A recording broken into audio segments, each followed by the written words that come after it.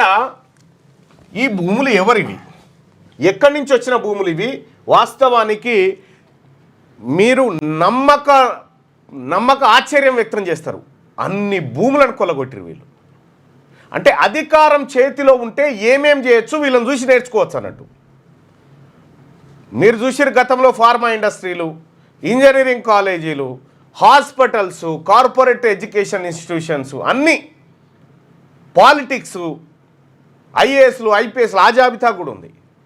ఎట్లా ఏ పొజిషన్లోకి వచ్చేసారు వీళ్ళు, కీలకమైనటువంటి ఏరియాలోకి వీళ్ళు ఎట్లా చొరబడతారు, ఆ తర్వాత ఎట్లా కొల్లగొడతారు ఈ భూములన్నింటినీ, కంప్లీట్గా ఈ వివరాలన్నింటినీ మీకు నాకు తెలిసి రేపు అనుకుంటున్నాను, నేను రేపటికల్లా మీకు అందించే ప్రయత్నం చేస్తా ఆ డాక్యుమెంట్.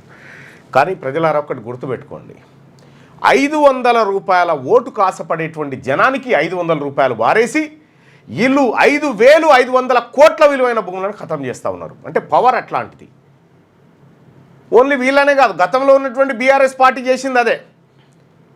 ఇప్పుడు తెలంగాణ రాష్ట్రంలో బీసీలంతా ఏకతాటి మీదకి వచ్చి మా వాటా మాకు కావాల్సిందే, మా అధికారం మాకు కావాల్సిందే అనేటువంటి నినాదం వచ్చినటువంటి సందర్భంలో ఇప్పుడు కొత్తగా మళ్ళీ నినాదాలు మళ్ళీ వాళ్ళే రూపం మార్చుకుంటారు. ఎట్లా? ఇప్పుడు కవిత గారు మళ్ళా బీసీలకు సామాజిక న్యాయం జరగలేదని ఆమెనే ఆ 10 సంవత్సరాల అధికారంలో ఉన్నప్పుడు ఏ బీసీ గుర్తుకు రాలే, ఏ న్యాయం లేదు. ఇటు కాంగ్రెస్ పార్టీది అదే, భారతీయ జనతా పార్టీది అదే. ఇవాళ బీసీలు అందరూ గుర్తుకు వస్తూ ఉన్నారు. తెలంగాణ రాష్ట్రంలో ఉన్నటువంటి బీసీ ప్రజలారా, రాజ్యాధికారం ఒక్కటే మన అన్ని సమస్యలకు పరిష్కారం.